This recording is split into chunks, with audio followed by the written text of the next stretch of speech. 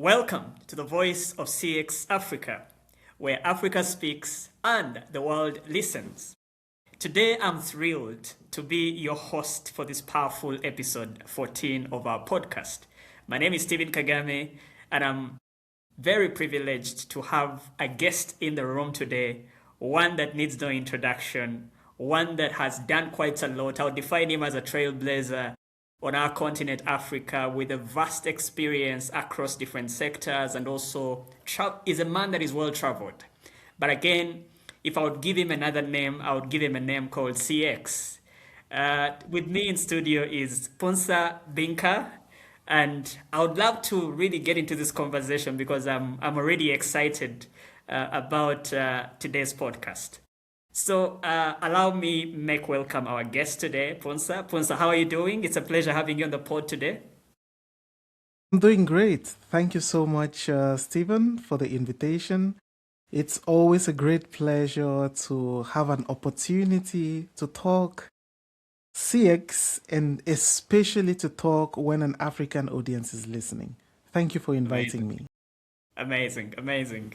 That sounds great. So I think without further ado, one thing that I would love us to get to understand a little bit about you is tell us a bit about your journey getting into this whole CX experience. What is customer experience? Because lately I noticed it has become a buzzword, and many people are asking themselves, what is customer experience? And to see that we're having people that are championing this whole language already happening on the continent, I was privileged to be a part of the CX Leaders Forum.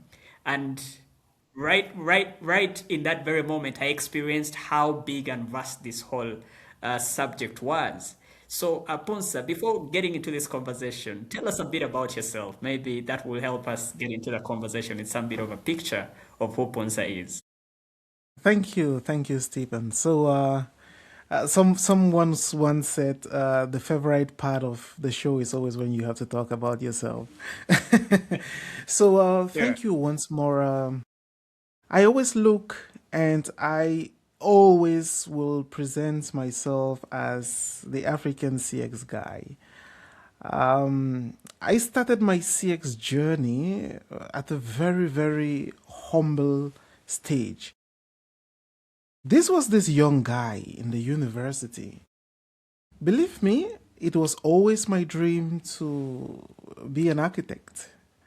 And when I finally studied and I went to the university, I decided to do business studies, and I was studying business administration. And throughout, you're studying and you're like, okay, when I finish from this, I'm definitely going to find a bank job, or I'm going to get a high paying job in the telcos, or this, everything except CX. And why? I did not even know what CX was. And then I finished from my university studies, and I get an opportunity to work with a Pan-African bank. And while in this bank, my initial role was first contact with clients, helping them understand the bank, connecting them to the products of the bank, and giving them the very basic first level support. Now, some people say that I smile a lot, and maybe it worked well during that first job. And so when somebody walked in, and then I smile at you, and then I welcome you, and I say, I bring you in, I show you what you have to do, I assist. And then something struck me. I started looking at how well people felt after such an interaction, how much they wanted to come back, how much they spoke about that experience, and how much they spoke about that bank branch. I started thinking, what is this thing that makes people who come for a service feel this good? Service. How can I improve it? How can I become the best service person that I could ever be? Thoughts started thinking. I started thinking. And that is how I said, okay, if I'm doing it this well, what about another person who, like me, has that goal to become that service professional at the front desk, smiling, assisting. And then I said, oh, maybe this is it, that aha moment. Maybe CX is it. And that is how my journey in the bank ended after 3 years. And I moved into the CX space with one goal, making sure that anyone who wanted to become a CX professional in my country, then in Cameroon, had the training they needed and had the guidance they needed to do that. So that is a little bit how my CX journey started. That is who I am. And today, we are building a whole continent of CX professionals. That will be a Wow. little of what I can say about my origins in Yeah. the CX space. I mean, it's likened to my journey because honestly speaking, if you're customer facing, you get to understand what this experience is about because you start to see how you're shaping how customers feel, interacting with you as an individual, interacting with your service, interacting with the warmth that you emanate in that moment. Mhm, So for me, that's mhm, very akin and likened to my journey as well because I have a healthcare background. So dealing with mhm, patients kind of gave me that whole experience of I need to make them feel a certain way. Beyond the technical knowledge of, you know what, swallow medicine this way, this is what you're supposed to do. How are you mhm, feeling at the end of the day if you're in my mhm. space? So The that's what million I, dollar question. yeah. So honestly, I like to say that we should give, customers experiences that are worth telling stories about. Mhm, And that's what I mhm, hear from your journey, that you actually created those moments, that someone left with an experience that was forever etched in their hearts to go talk about this one encounter they had with Ponsa in the bank. And I'm like, wow, there is no better way to actually start this conversation, mhm. than to just get to hear your story, Ponsa. So Ponsa, looking at where we are as a continent, what are your thoughts concerning the status of the customer experience maturity, if you will? Are we actually where we are supposed to be, or if not, what have we done so far that can be acknowledged to know that okay, yes, we are on a trajectory of having the greatest customer experience transformation on the continent? Hmm. Stephen, there are two things we as a continent we have in abundance. Two. The first is we have a lot of sun. That's true. Beautiful sun and greeneries. We have that in abundance. That's From true. the north to the south to the west, we have enough sun. Africa is known for that. And do you know the second thing we have? We have hospitality written down in our very DNA. When you are born an African, the very first thing that you breathe into your system is the hospitality of an African. Recently, I keep saying we should be exporting customer experience. That is the first raw material we should be sending out. Customer experiences, which is the way people feel, which is the way people connect with the brand, which is the impressions people leave with after an interaction with you or your brand, is something that occurs naturally to an African because we are born with that hospitality mindset. And how come that one of our greatest gifts is our most neglected element? And I just don't get it. How can you walk into a shop and someone doesn't look at you with that smile that doesn't speak, but that says, Stephen, you're welcome. It's a pleasure to have you here. We have that. We grow up knowing and caring, and as a child growing up within the African ecosystem, you are taught to help, you're taught to assist, you're taught to be kind, you're taught. I always give this famous example. If you ask an African walking on the street, I'm looking for the bakery, He's not going to tell you, go this way and go that way. He's going to say, come, I will take you there. That's true. He takes you there as if it's not over. He sits down with you and he's making sure that you're okay. And when everything is fine, he walks away. The way we are built as a continent, we are built around families. That's true. And that is one thing when I move around, I tell especially Europeans that, look, in Africa, everyone is my brother. And that's why when we meet ourselves, we say, hey, bro, we're brothers. That's true. We connect. How does this connect then with the state of CX on the continent? That's why it's a problem. The state of customer experience maturity in our continent is still seriously lacking. But there's a reason. We have not understood the difference between our everyday hospitality and hospitality within the corporate structure. We think that at work is different. But what we think is we need to invest huge budgets, need to get heavy trainings to become a great banker, to become a great front desk. No. How do you relate with people back at home? When you get up in the morning and you greet your neighbor, it's the same thing. Take that treat to your neighbor, that smile, that feel, bring it to the workspace, give it to that person in front of you, and watch them coming back for more. But then the problem is, we have consistently felt that that is an inferior skill. That is not what we should be bringing to the workplace. We are thinking of some higher level skills to the extent that we ignore those natural endowments on service excellence, which is what we have.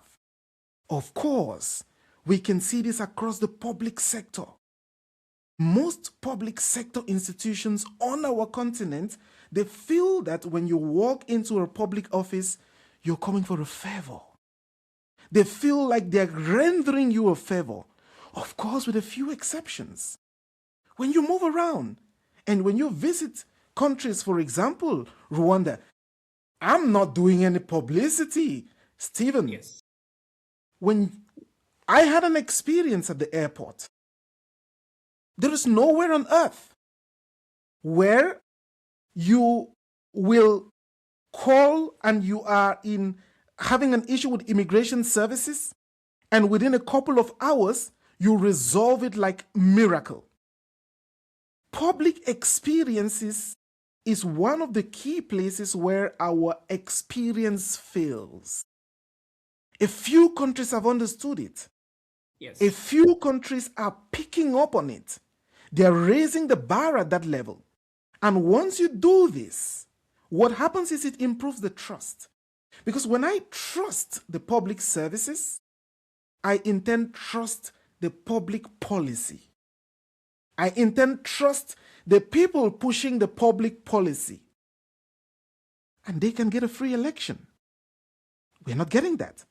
When I trust the fact that you can assist me when I come to your service, I intend trust your brand. And you will find me coming to buy again, recommending. The problem we have on CX in the continent is we have a natural ability to do it.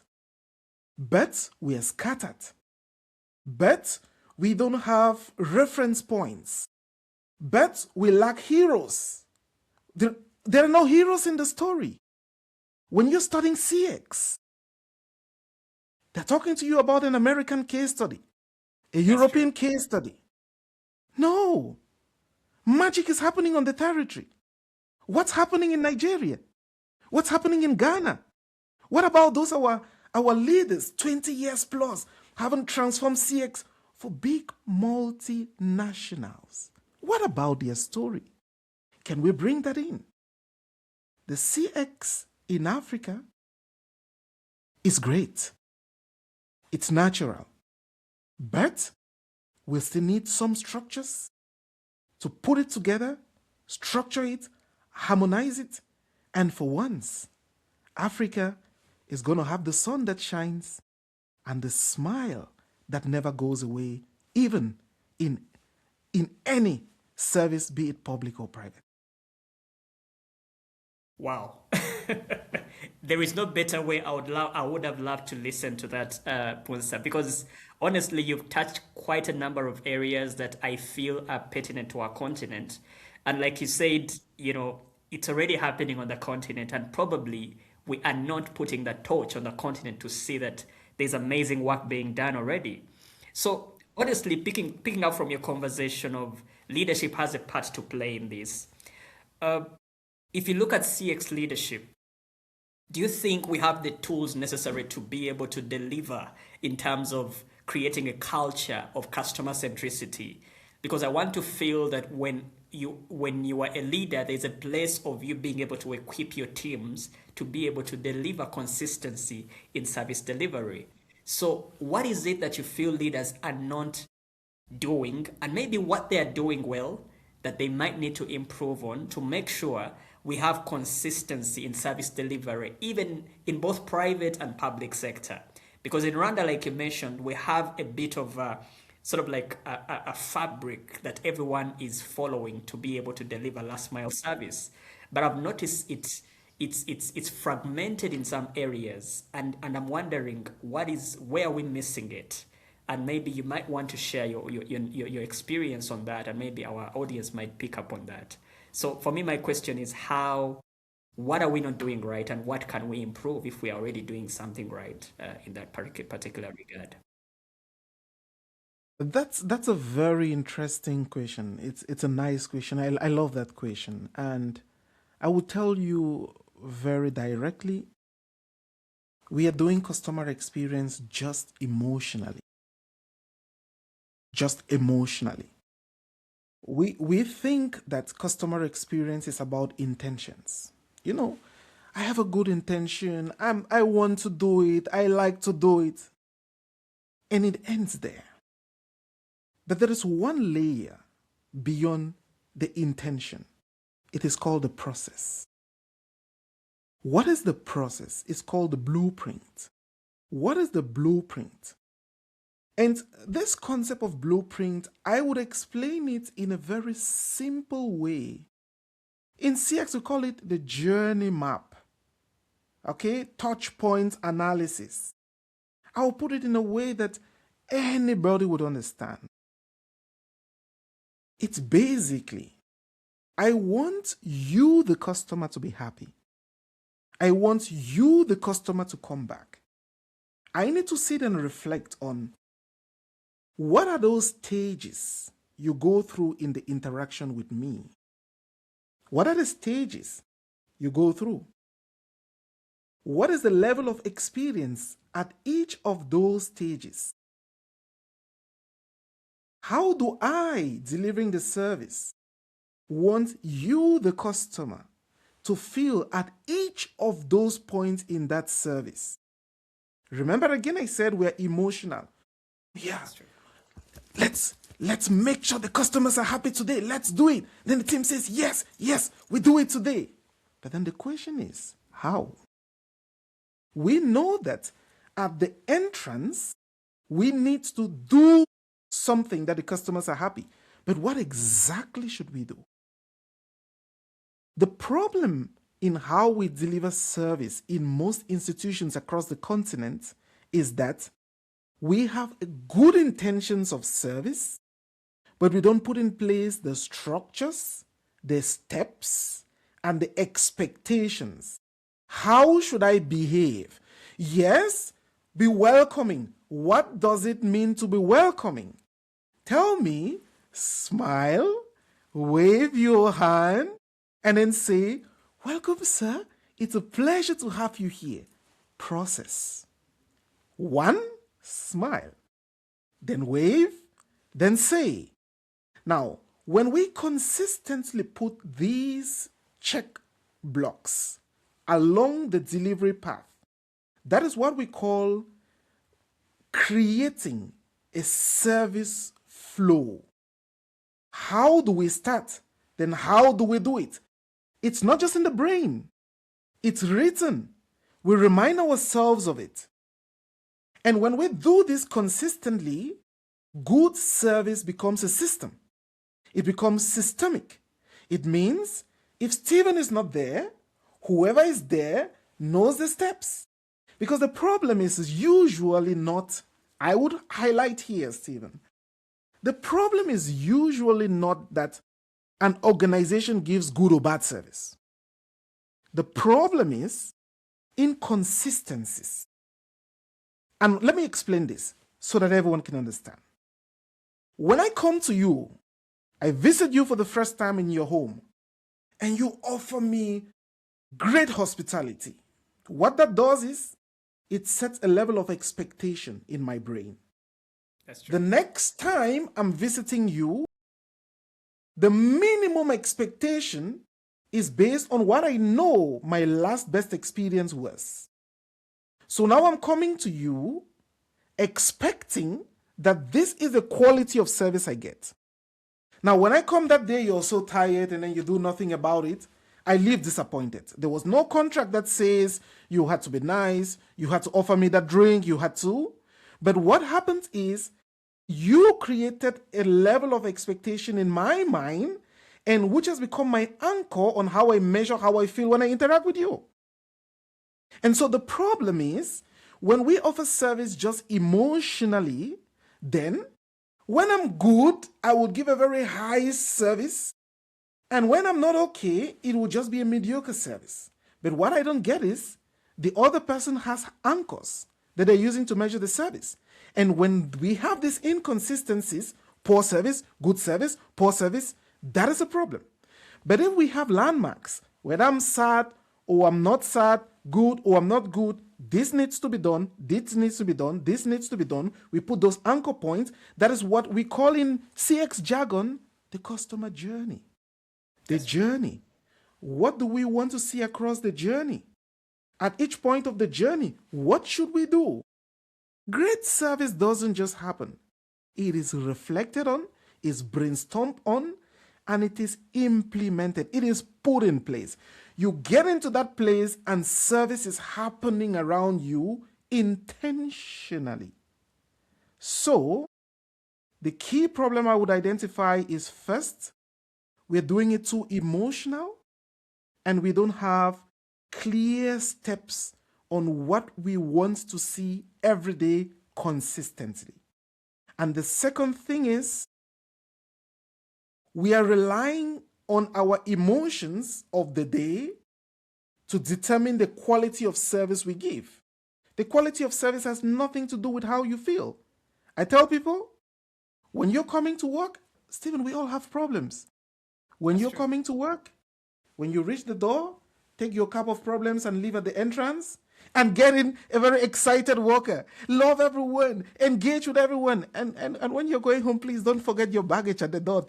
Take your cup back along with you. So if we can fix these things, if we can try to put in more science, more rigor, more process into how we deliver service, we would improve the quality of service that we give across the board. Very powerful, very powerful. Honestly speaking, and I think what I pick up out of what you've just said is that some people are proactive, others are damage controlling much of the time. So creating systems in place and processes can actually help you curb most of those occurrences. So, Punsa, just picking up from that very conversation, what you define as a good customer-centric culture, if you're to look at it from an organizational level, if you look to look at it from an informal and formal sector, what is it that you would define as this is a culture that is worth reckoning with? Yeah, that's a question that everyone tries to ask, especially as an organization, because within an organization, there are good and there are bad things we're doing, right? I would always go back to say, think about your behavior. There are certain things you know you do very well. There are certain things you know you do poorly. The same thing happens when a collection of us, if I were to put a certain behavior in your family, and I go to your family and I say, hey, Stephen did this thing to me, they'll be like, Stephen? We don't do that in this family. Now, why is that? There are certain principles we hold in our family. There are certain principles we hold in our gatherings. There are certain principles we hold in our country that are not negotiable. And if you were to come out of the blue and said, someone did this, we'll be like, really? That's not the norm. The first thing is to define, we need to recognize what those good things are. And so what is a good corporate culture? And what is a good culture that promotes CX, customer experience excellence? The first one is one that sees the guy who sits in there serving every day, sees him as the first customer. When we understand that the worker is the first customer, the internal customer, when we understand that it's not an employee who is there on a salary, when we understand that it is a client, our number one clients that we need to serve, when you as a team leader understand that this is a whole human being's career, this is their life. They spend more time with you than with their family. We spend more time at work than with our loved ones. The most cherished people, we spend more time in the office, at work. That's our future. We are investing everything into it. The first element of culture that if worked, that if implemented, could be a good corporate culture element that promotes CX is just love that guy. Just enjoy that worker. Tell yourself as an organization that I'm about to create the best working experience ever for this guy. Human beings have one thing. They give back. If I'm helpful, you tend to want to help me in return. If I'm hurting you, no matter how nice you may be, you start having resentment against me. That's true. You can't give what you're not getting. And so the first thing is, can we improve the way we perceive, we treat? Can we give those first liners, those people in contact with our clients, those people working for our organizations, can we see them to be the first customer that needs to be satisfied? It's not about pay. It's about respecting them as a human being. It's about listening to them. It's about getting them involved. When you tackle this first point, you are fixing your whole internal culture in a way that it starts creating magic for your customers. Magical moments. Why? Because you're preparing your team's minimum. The worst of your team is still good enough, because even in your team members' worst day, their reference points will be how they are treated as humans in this workspace. And there is no way they can afford to treat the client worse than that. That's true. The second thing is understanding that the client is the reason for which our business exists, that basic understanding. Right, a police station. If there is nobody to be arrested, you're going to sit there for 24 hours, you're going to get bored, and it will be a terrible thing for even the policeman. Think about you, the teacher, in the classroom. If you come to that class and there was nobody in that class, COVID taught us a big lesson. It taught us that without the customer, we're nothing. The customer is the reason for which we have our business. And so you must understand, the customer is the reason why I have that shop. He feeds me. He gives me a career. Customer first. Not because it's a business jargon. Customer first. Because the customer honestly is first. He's my employer. He pays my check. He keeps my business going. Those two things. First, putting the employee as the first customer. And secondly, knowing who truly a customer is. Not just someone paying a check for you, but someone who gives you a reason to exist as a company. Not a sum of them. Paul, Peter, Naomi, the individual customer. Knowing them uniquely, understanding the impact that each of them has, giving them that respect. then things start falling into place just naturally. Just naturally. Because, Stephen, when you respect me, when you know that I have authority and you respect me, the way you behave towards me is totally different. That's true. So let's respect the employees and let's respect who the customer is. Those are two things that can shape our cultures and drive customer experience excellence. Amazing, amazing. Honestly speaking, it's the one mantra that I live by. I feel like if you have a great internal employee experience, the results are inevitable. It's exactly what you will see your customers experiencing. And honestly, you rightly put it that if the environment internally is beautiful, that's exactly what your customer is going to experience. And that now brings me to a very wonderful part, which I think is your playing field, Mr. Ponce. So looking at Africa on a macro level, when you look at the things you've talked about, I want to believe that for them to actually thrive and be sustainable, you need to create an infrastructure around them, create an ecosystem around them. And I've seen you do quite a lot of work in that area. What's the one thing that you feel like if we create this, what changes when CX leaders collaborate rather than compete? What is that one thing that changes when CX leaders collaborate rather than compete? Because I've seen you holding forums. We had the recent Africa CX Leaders Forum, very successful, having great minds in one room and having them to share their thoughts about what's happening in their respective fields. That is already one step into the right direction.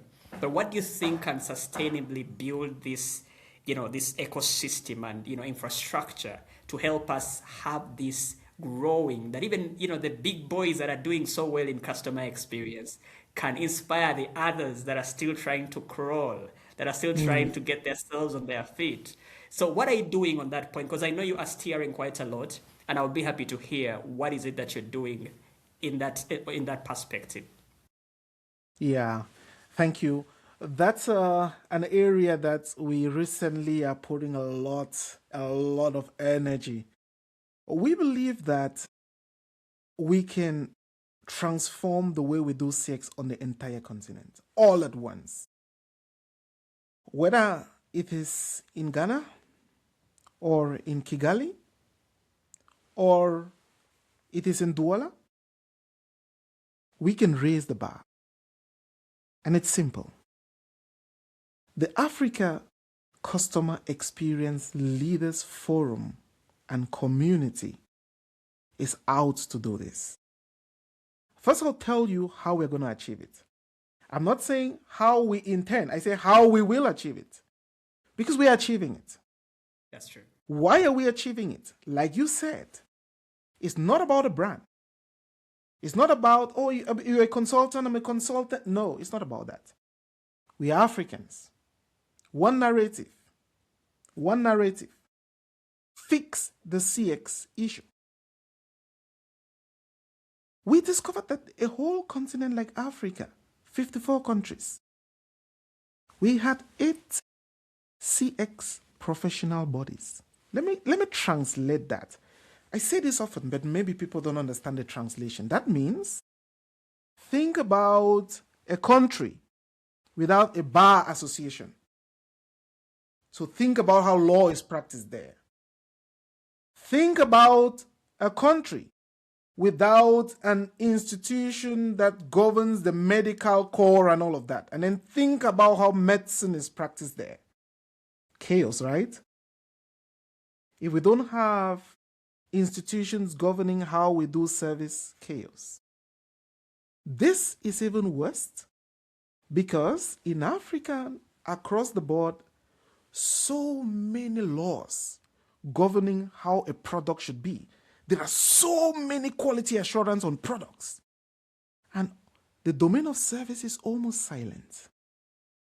Remember, we sell products and services. Are we not thinking about the services? What's a good service? What is quality for service? We are not defining this. A huge problem.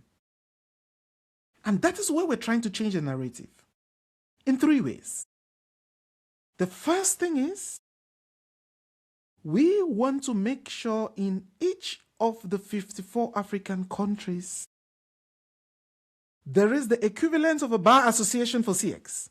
It means there is a regrouping of CX professionals who redefine how CX is practiced locally, who look at the national agenda, the continent's agenda, the global agenda, and find what are priorities for us as a country. Anyone can train CX. But what if we could guide the way we're doing it by ensuring that our trainings are meeting the needs of the continent? So how are we going to do it? By first of all defining what good should look like on the continent. So the first thing we are doing is we are building and raising a network of champions across the continent. Right now we've covered 30 countries. We are going. It's 54 countries we're hitting. 2 champions in each country, championing customer and citizen experience. And what do?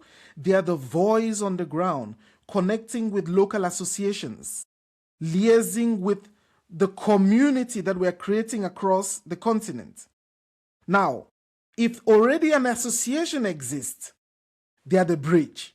If an association does not yet exist, they become the catalyst to make sure it's created.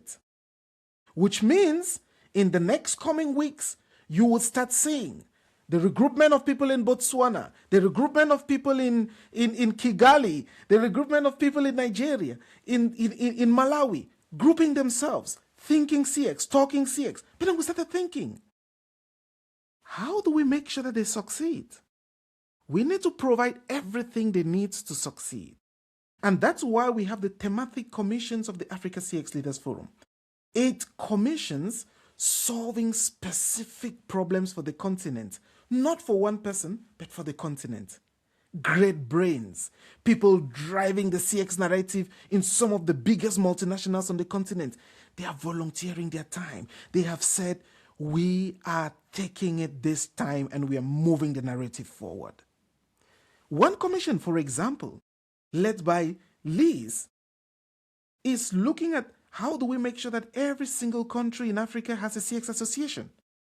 They are brainstorming on it. Great brains. Brainstorming on this. Coming up with guides. Everything they need to do. Another commission led by Dr. Lucy is brainstorming on, can we have a CX standard for Africa? CX standard for... Think how huge that is. Very big, very big. And we're doing it. They are walking the talk. They are creating that one document. You say, you want to become a CX professional? Take it. This is it. Imagine, across 54 countries, a standard tailored to the needs of the continent, that I can read it and understand and become a professional, that I can use it and transform the way I practice CX in my country. I can use it and transform the way I do CX in my business. Another beautiful commission led by Stella is looking at, we have so many small and medium-sized enterprises. Do we need a budget to do CX? What are ways in which they can do CX without a budget? What are simple things they can do? How can they tap into basic things that change the way we do CX? Do we need money for CX? Or do we just need initiatives? What are the little low-hanging fruits you can already get and practice CX as a small and medium-sized enterprise? We have another commission led by Nso from Botswana. And her commission is tackling the Customer Service Week, the Customer Service Month. How can we celebrate it differently? What do we need to be able to do it? Are people even aware of it? We have another commission that is led by Hamida from Kenya. And she and her commission are reflecting, can we take CX to education, to the basic education? When we teach a child how to cross the road, look left, look right, look left again, and then if there is nothing, cross. We want to also teach them how to sell, how to smile, how to serve. We don't just want to teach them how to be respectful as kids. Can we include customer experience training from basic education going up? Let's not graduate and then we start going to learn CX. Let's graduate being CX products already in whatever be the field. That's true. We have another commission, which I happen to be leading. And we also have Dr. Lawrence from Ghana, who is going to be leading that now. And this commission is looking at research, data. Do we know the African consumer, by the way? Can we know what our consumer preferences in each country in the continent? What do we need to be able to know that? Can I take decisions on CX in my country based on real consumer data from my country and be able to compare it with other publicly available data or what you have been able to do internally? And so you see, all of these commissions, one on top of another. We have another commission that is led by Rebecca in Uganda, who is focusing on citizen experience. How do we support our governments to raise the bar? And so what we are doing is we are not just saying there is a problem. We are putting the best brains to reflect on the problem and to come with a solution, which we will now use a network of 108 CX professionals spread across 54 countries to make sure that that message reaches home. And when it reaches home, we come to Kigali in September and we tell the story. How did we do it? What is the wins we are making? How can we improve it next year? What new challenge do we need to take? Who is going to stand up and stand the gap? Our work as the Africa CX Leaders Forum is we are calling and raising CX leaders across the continent to come into that gap and stand in the gap and fill the gap for their companies and fill the gap for their countries and fill the gap for their community. And what we are doing is we're creating a strong core that emits the best CX resources, knowledge, competencies, and the whole community takes it home. So those are the three things I said: a strong country network we are building, thematic commissions that we have put in place, brainstorming on some of the key issues, and then a community, a digital community, and an in-person event which we do to really meet, celebrate those wins, and look ourselves into the eyes and say we are proud of what we are doing. This, for us, is our mission. And we tell ourselves, we will do it in this generation. So when the next generation comes and starts exporting CX, they will remember that we fixed just one thing. We never created anything new. We just brought everyone together. We thought together as one, irrespective of our companies, irrespective of our affiliations, and we focus as a strong African community with one target: raise the bar and make sure that everyone, irrespective of where they are in the continent, has an opportunity to offer the best customer experience possible by learning from the synergy of our efforts. Powerful, powerful, powerful. There is no better way to end this session, Bonsa. You've literally unpacked quite a lot. And what I can say is that I can only be looking forward to be a part of what we are building, to be the voice, like the conversations we are having right now. We're trying to change the narrative, to tell a story about what's already happening. It's really been amazing hosting you on this podcast. I feel like we might need another session because there was a lot I wanted to get from you, but because of time, we might not be able to proceed from there. But one thing I must appreciate about is that you are passionate about this. There is intent, there is purpose to it, and we can only rally behind this vision and work together as different players in different industries to see that this becomes a reality. Thank you so much, Ponsa, for joining us today on the podcast, and we look forward to having you for our next episode.